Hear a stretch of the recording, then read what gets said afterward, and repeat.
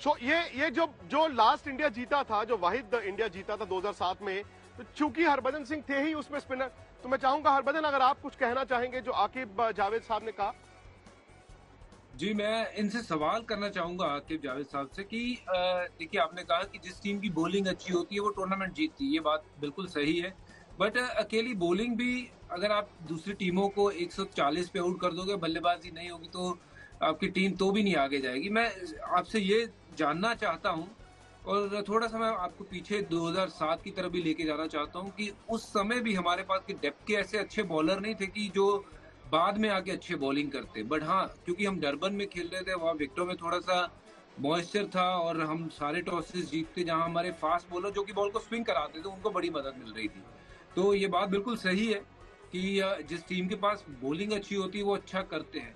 But अब उससे better हमारे पास विकल्प हैं। विकल्प मतलब हमारे पास और ज्यादा अच्छे बॉलर्स आ गए हैं जो ये फॉर्मेट को ज्यादा अच्छे से समझते हैं।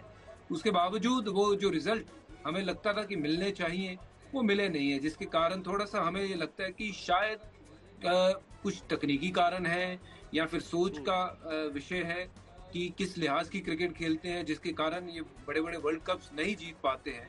तो वो एक कारण मुझे लगता है, रादर देन कि स्किल वाइज आई थिंक जो टीमें हैं वो तकरीबन बराबर की टीमें होती हैं सारी। उस दिन कौन सी टीम बेटर खेल जाए उस पे मैटर करता है। एक कॉम्पिटिशन इसके ऊपर करूं। देखिए, इसकी अगर आपने पता लगाना है तो आप देखें, जब इंडिया और पाकिस्तान का मैच हुआ और पाकिस्तान जीत गया और किस तरह से डिमोरलाइज्ड हुई इंडियन टीम। इसको आप कहते हैं ईगो, कैन नॉट एक्सेप्ट कि हम दुनिया की बेहतरीन लीग में से प्लेयर्स निकालते हैं और हम हार गए, हम कैसे हार सकते हैं। हार को एक्सेप्ट करना ग्रेसफुली, क्योंकि उसके बाद देखिए उनकी परफॉर्मेंस, फिर वो कितनी और कमज़ोर टीमों से भी हारे। तो इसीलिए ये अर्ली ऑन जो इंडिया पाकिस्तान का मैच होता है किसी भी कंपटीशन में, इसको बहुत बड़े दिल से हार और जीत टीम का, हम लोगों का नहीं या फैंस का नहीं, टीम का, कप्तान का, प्लेयर्स का, उस हार को या जीत को आप किस तरह से लेके चलते हैं। लास्ट जो आइडियल था इंडिया के लिए, क्योंकि सब कॉन्टिनेंट में दुबई में मैचेस हो रहे थे, पिचेस भी उनको पता है सिमिलर होती हैं, बस वो जो ईगो, जो हम एक प्लेयर को लार्जर देन लाइफ बना देते हैं, हम उनको भगवान की दर्जा दे देते हैं। और मेरा सवाल आपसे, आकिब भाई, मेरा सवाल आपसे ये है, बुरा ना माने, आपने दो लफ्जों का इस्तेमाल किया। आपने कहा कि इंडिया जब पाकिस्तान से हारा तो डिमोरलाइज हो गया। डिमोरलाइज होना मुझे नहीं पता। आपने दूसरा कहा कि हार को ग्रेसफुली एक्सेप्ट करना चाहिए, उसके बाद वो कमजोर टीमों से हारा। इंडिया किसी कमजोर टीम से नहीं हारा था, बल्कि इंडिया साउथ अफ्रीका, न्यूजीलैंड से एक मैच हारा था और इंडिया ने, मुझे लगता है कि हार को ग्रेसफुली एक्सेप्ट किया था। शायद ये जो आप बात आपने की, आज ऑस्ट्रेलिया हार गया, अब ऑस्ट्रेलिया न्यूजीलैंड से हारा है 90 रनों से, 89 रन से हारा है, तो ऑस्ट्रेलिया क्या करे, उनकी ईगो भी तो हर्ट होगी। तो मुझे लगता है कि अगर आप ये कह रहे हैं कि एक मैच की बिना पर, जो एक मैच भारत पिछले साल दुबई में हार गया था पाकिस्तान से, क्या वही मेलबर्न में रिजल्ट होगा? आप कहते हैं फास्ट बॉलिंग है, आपके पास फास्ट बॉलिंग है, लेकिन आप फास्ट बॉलिंग को डिफाइन कैसे करते हैं?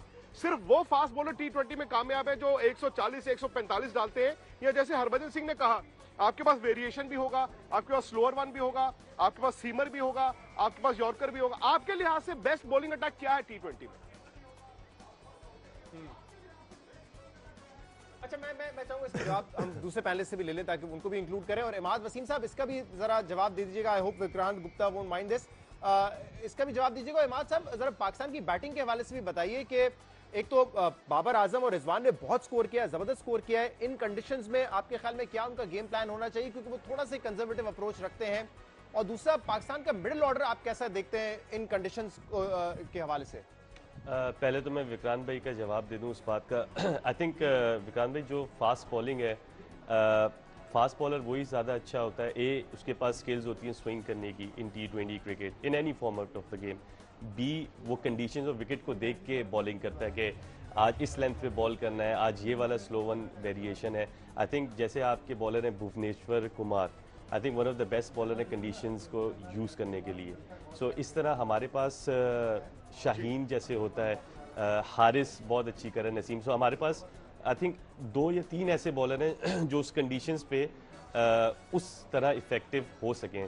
सो जैसे इंडिया की बॉलिंग में भुवनेश्वर जो है मेन इंपॉर्टेंट रोल अदा करेगा, क्योंकि he is the one who takes wickets early on, he is the one death overs में बॉलिंग करते हैं, ही इज़ द वन जब आप मुश्किल में होते हैं तो उनको बॉल दें। सो आई थिंक मेन बॉलिंग का यही होता है। दूसरा आपकी बात का जवाब दूं कि रिजवान और बाबर को जिस तरह ये खेलते आ रहे हैं, आई थिंक उनको चेंज तो नहीं अब कर सकते एकदम। सो होता है बड़े मैच में ये होता है कि आप जाके पहले फील लेते हैं। What I will say just go out there and play fearless cricket और स्टूपिड क्रिकेट में थोड़ा सा फर्क होता है। fearless होता है कि आप जाके एक्सेलरेट करें, चांस लें।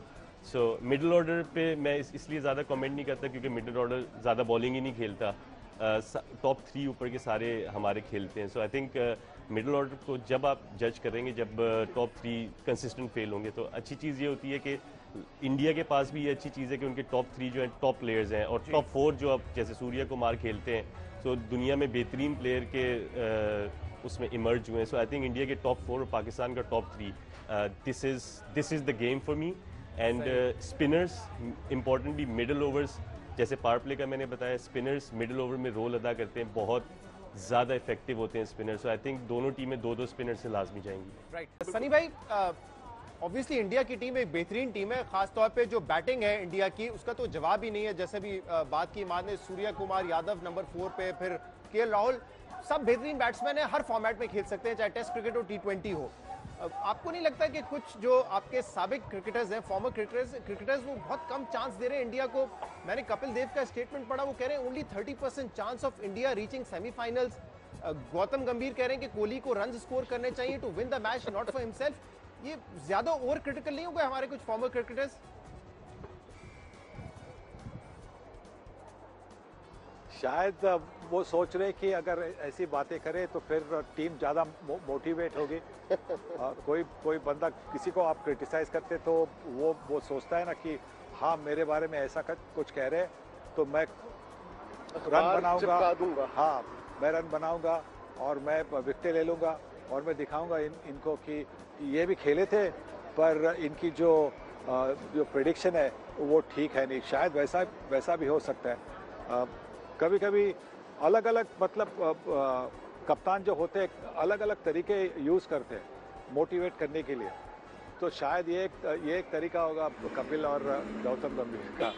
सनी भाई, लेकिन ये हकीकत है शहजाद भाई जो आपने कहा, आई थिंक ये हम दोनों मुल्कों के लिए आईना है, क्योंकि आज जो हम कह रहे हैं कि आपने पाकिस्तान में पढ़ा, इंडियन प्लेयर्स बात कर रहे हैं विराट की या स्ट्राइक रेट की, अब आकिब भाई भी बैठे हैं वहां पर, और मैं देखता हूं पाकिस्तानी मीडिया में भी बाबर रिजवान जिस दिन रन बनाए तो उनको गाली, जिस दिन रन ना बनाए तो गाली, जिस दिन रन बना के मैच जिता दे तो भी गाली कि जी एक तो स्ट्राइक रेट क्या है 129 का था, 160 का क्यों नहीं था। ये मुझे लगता है कि हमारी ना सोसाइटी की रिफ्लेक्शन है। ऐसा है, शायद हम क्रिकेटर्स को चाहते हैं कि वो जीते भी, 6-8 मुक्के भी मार के आए, सामने वाले को गिरा भी दें और सब कुछ करें। मुझे लगता है कि शायद एक्सपेक्टेशन सनी भाई थोड़ी ज्यादा हो गई है,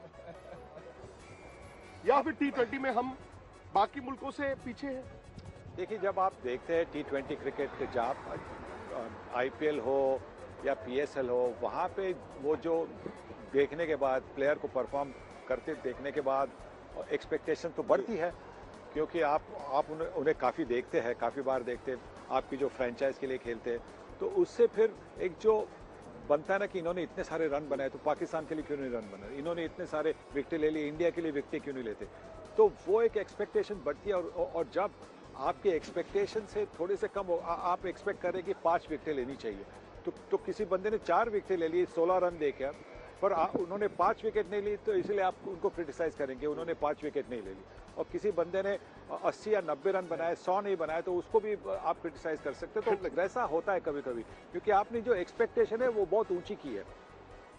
थोड़ी ठंड ज्यादा हो गई है, थोड़ी ठंडी ठंडी हवाएं चल पड़ी है। अच्छा, मेलबर्न बड़ा दिलचस्प मैदान है, इंडिया के लिए भी और पाकिस्तान के लिए लेकर आए। सनी भाई कप्तान थे, 1985 बेंसन एजिस वर्ल्ड सीरीज जीती। आप देखिए आकिब भाई और मोइन भाई जो स्टूडियो में बैठे, आपने वर्ल्ड कप इस मैदान में जीता था।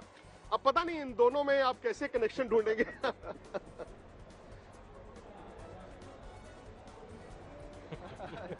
डिफरेंट एरास की बात है। मोइन खान साहब जरा ये बताइए ना कि पाकिस्तान, हमेशा ये कहा जाता है कि इंडिया पाकिस्तान का मैच है, पाकिस्तान की बॉलिंग और पाकिस्तान की बॉलिंग, इंडिया की बैटिंग। बट ये बात ठीक है कि हर डिपार्टमेंट में जो टीम अच्छा करती है वही नॉर्मली सक्सेसफुल होती है। एक आध दफा तुक्का शुक्का लग जाता है कि किसी ने कोई बहुत ही अमेजिंग परफॉर्मेंस दे दी। तो ये बैटिंग जो पाकिस्तान की, आपके ख्याल में सेम अप्रोच होनी चाहिए?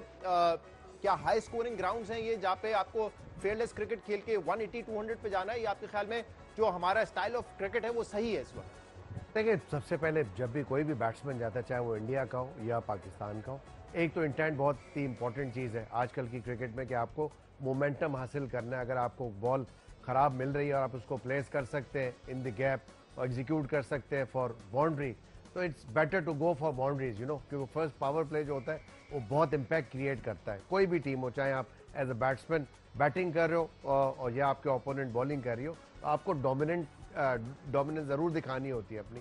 तो ये चीज़ बहुत इंपॉर्टेंट है। तो इसमें नेशनली जो मेलबर्न की कंडीशंस है वो दोनों के लिए ही डिफरेंट होंगी। टॉस थोड़ा मुझे लगता है कि वाइटल रोल प्ले करेगा यहाँ पे, क्योंकि मौसम काफी दिनों से खराब रहा है। मोइन भाई, जो परफॉर्मेंसेस रही हैं उसमें क्लियरली इंडिया के जो मिडिल ऑर्डर है वो पाकिस्तान से स्ट्रांग है। हमारे पास अगर आसिफ, इफ्तिखार या खुशदिल या हैदर हैं, ये रिलेटिवली कम खेले हैं क्रिकेट। वहां पे यादव हैं, फिर कोहली 3 पे खेलते हैं, फिर पंत है, फिर दिनेश कार्तिक है, फिर पांड्या है। तो बड़ा उनका फायर पावर है ना जो मिडिल ऑर्डर में, वो पाकिस्तान लैग कर रहा है। तो मजा है क्रिकेट का। देखें, जब आप देख रहे होते हैं, आपको नजर आ रहा होता है कि आपकी ओपोनेंट जो है वो बहुत स्ट्रांग है और आप कंपीट करने जा रहे होते हो, उनको आउट करते हो, या as a batsman like India अगर पाकिस्तानी टॉप बॉलिंग के खिलाफ रन बनाते हो, तो नेचुरली यही तो मजा आता है। ये तो कॉन्फिडेंस शो जो प्लेयर करता है, और फिर जो इनर सेटिस्फैक्शन होती है प्लेयर के लिए, वही चीज़ होती है।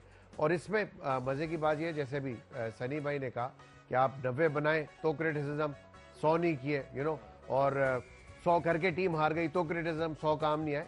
तो यही इस गेम की खूबसूरती है, यही मजा है इस गेम का, कि आप उन कंडीशंस में जो कि आपको गिवन मिल रही है उसमें एक्स्ट्रा ऑर्डिनरी परफॉर्मेंस करें। तो उसके लिए जो मैं बात की है इंटेंट, वो आजकल की क्रिकेट में बहुत ज़्यादा ज़रूरी हो गया, कि आपकी बॉडी लैंग्वेज शो करती है कि आपका इंटेंट बहुत क्लैरिटी है, और आपके जो बॉडी लैंग्वेज है वही आपकी प्लान्स की एग्जीक्यूशन में आपकी मदद करती है। और मैं अगर भज्जी साहब से ये सवाल कर सकता हूँ, भज्जी बताइएगा कि इंडिया की शुरू में तो बॉलिंग, एक तो बुमराह का फैक्टर ना होना बड़ा इंपॉर्टेंट है, इंडिया के लिए बहुत ही बड़ा एक सेटबैक है। लेकिन शुरू में तो भुवनेश्वर बड़ी अच्छी बॉलिंग करते हैं, और पता नहीं क्यों देखा है कि उनके ओवर्स आखिर तक बचाते हैं, जबकि ऐसा लगता है कि शायद उनके ओवर्स शुरू में ही निकाल देने चाहिए, क्योंकि डेथ बॉलिंग उनकी इतनी अच्छी नहीं रही है। तो आपको लगता है कि शामी आ गए हैं तो वो रिप्लेस करेंगे डेथ बॉलिंग में, या ये वीकनेस है इंडिया की इस वक्त?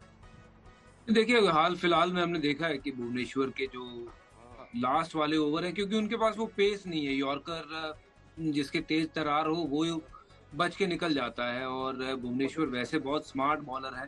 पर ये पिछले कुछ हमने 2-4-5 सीरीज में देखा है कि जो लास्ट के ओवर है उसमें काफी रन चले जाते हैं। बट मुझे लगता है कि शामी के आने से, जो कि वर्ल्ड क्लास बॉलर है, नए गेंद के साथ या फिर मिडिल ओवर में या फिर इवन डेथ ओवर में, I think he is probably one of the best in the world at the moment. और उम्मीद करते हैं कि जो भुवनेश्वर के ओवर हैं वो 16 ओवर से पहले खत्म हो जाए तो बेटर है, और ताकि शामी और अर्शदीप वो लास्ट के जो 4 ओवर हैं वो कर सके, क्योंकि वो थोड़ा प्लानिंग करना होगा किस लिहाज से भुवनेश्वर को यूज करना है। अगर गेंद स्विंग का हो रहा है तो जब तक गेंद स्विंग हो रहा है, चाहे वो 4 ओवर उनके शुरू में भी करवा सकते हैं, क्योंकि उनका बेस्ट यूज नए गेंद के साथ है। अगर नए गेंद के साथ ऊपर से, जैसे रिजवान और बाबर की हम बात करते हैं, 2 सबसे बेहतरीन खिलाड़ी है पाकिस्तान की तरफ से, तो अगर दोनों में से वो विकेट चटकाने में कामयाब हो जाते हैं, दोनों में से किसी एक का विकेट या फिर दोनों का, तो फिर वो अपना काम करके जिसके लिए उनको मैच में रखा हुआ है। तो